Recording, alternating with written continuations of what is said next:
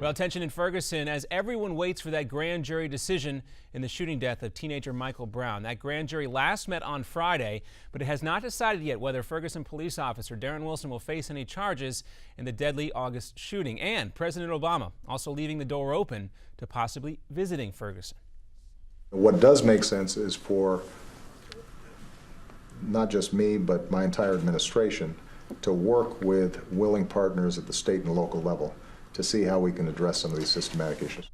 We'll talk more on about those systematic issues coming up. Activists have promised protests around the country no matter what. That grand jury is expected to wrap up any day now, possibly meeting again today. Police in Cleveland are investigating the shooting death of a 12-year-old. Police say he was waving a toy gun around a playground and then was shot and killed by a police officer over the weekend. At least one caller into 911 said the gun was probably a fake.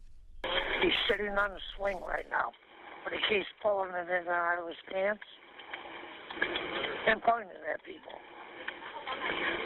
Probably a juvenile, you know.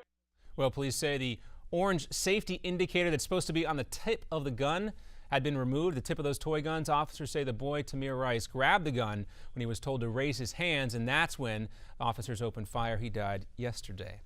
Well, the deadline for a deal on Iran's nuclear program, originally midnight tonight, it's been moved back now 7 months. Secretary of State John Kerry in Vienna for the latest round of talks. He had been telling his Iranian counterpart that they need to reconsider extending the talks. A source tells the Associated Press that according to the deal, a broad agreement should be completed by March 1st. The final details will be worked out by July 1st. Of course, we've heard that before.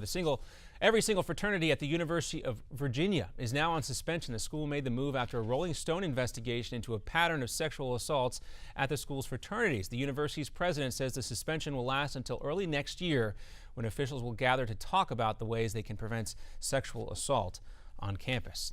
And a Swiss art museum has agreed to accept a trove of art from a reclusive collector, including masterpieces stolen by the Nazis. Officials at the Bern Art Museum will take in the collection amassed by Cornelius Gurlitt, who left it all to the museum after he died in May. But the museum also promises that it will work to return any stolen art from Jews by the Nazis.